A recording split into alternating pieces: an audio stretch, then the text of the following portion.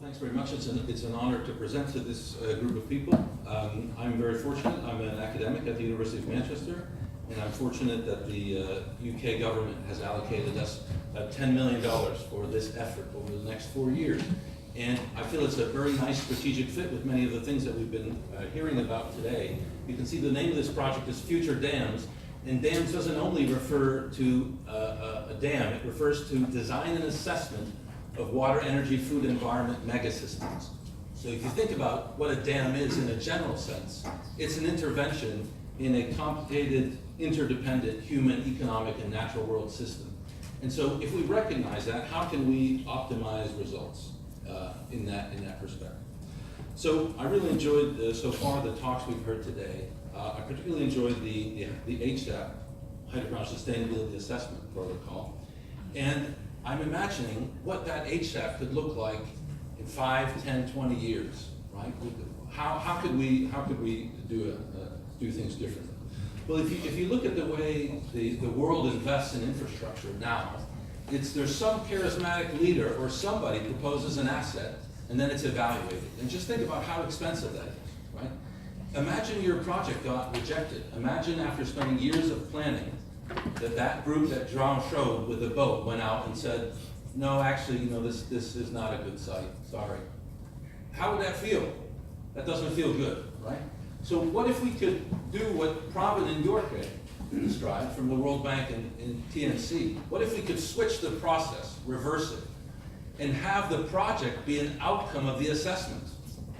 So reverse the investment process, right? And so do strategic investment in hydropower. And so if you're willing to do this thought experiment with me, you saw that João showed this spider diagram, right, where the hydropower project was being assessed with all sorts of scores, and it produced a spider diagram. Does everyone remember that diagram, right? Is João in the room? Yeah. João. Do the good scores, are they in the middle or at the outer edges? The good scores are in the middle. The best scores are in the outer. Okay. So the better scores are in the outer. Okay. So what I'd like you to imagine now, what I'd like you to imagine is if each one of those lines represented a project. Okay? But imagine that line representing a project, you could actually consider all of the projects in a river basin. And so that line, you could consider a project and evaluate it, and then consider another project, evaluate it. Imagine you could do that on a supercomputer, okay? So imagine that line, that set of lines, each representing a project or a series of projects, continuously bouncing out and getting closer and closer to the ideal score, which is a perfect round circle with a perfect score in all the categories, right? Supercomputers are good at that, just a stupid calculation. Try different portfolios of investments until you can't find a better score. Well, luckily, academics have been trying to do this for 5 or 10 years, and it's starting to work. And let me just show you here some slides of a very primitive effort that we did in collaboration with IFC. And although the conceptual idea of this we devised with our friends at IUCN, it was actually this example here that we did with IFC and TNC and other partners. So the international funder was considering a dam towards the bottom of the watershed here. The bottom of the river basin had a large asset that they were considering to finance.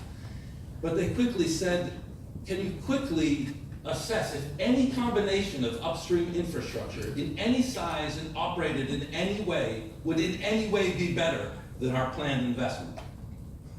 Right. So how many different combinations of dams of different sizes and operated in different ways are there above this dam here at the bottom? About 1 billion times 1 billion times 1 billion, right? But it turns out that with cloud computing, that's actually a really stupid question. In fact, it takes only a few days and maybe a few $100s of Amazon server time to actually answer this specific question.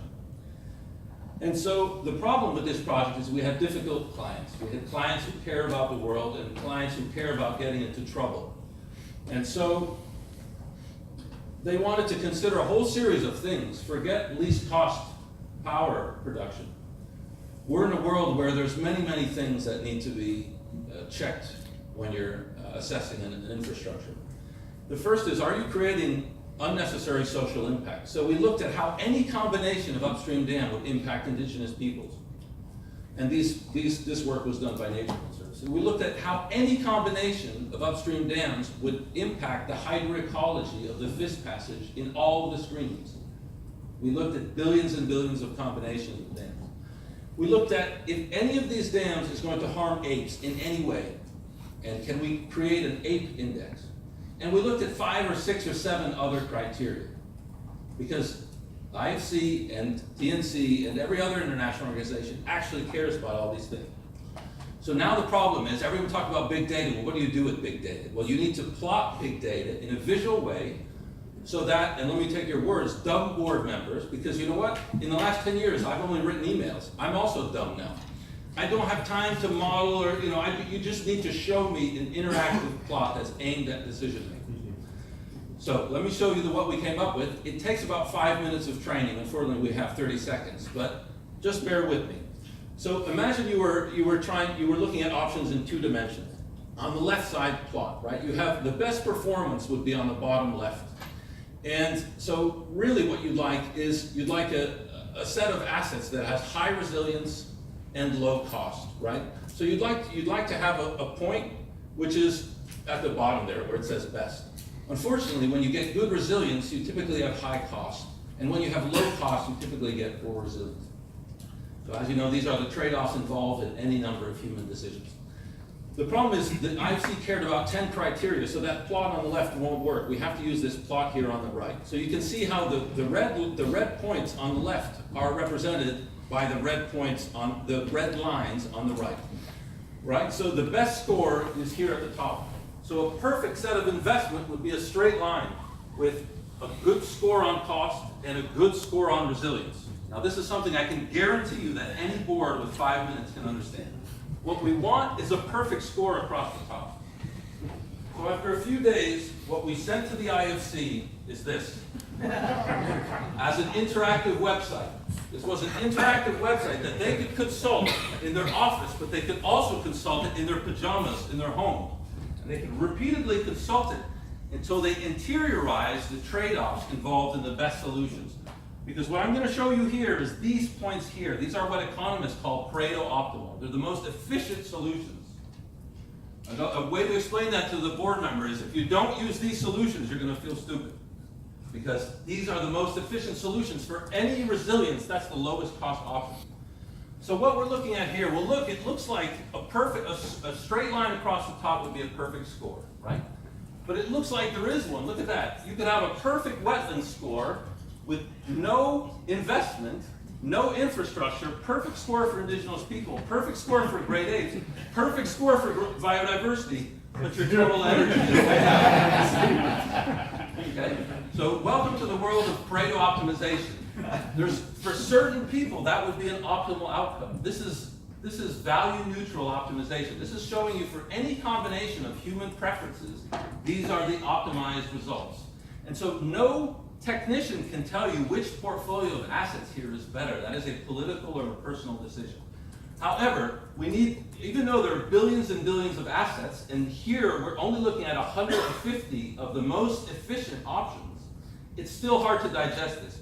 So we gave an interactive tool.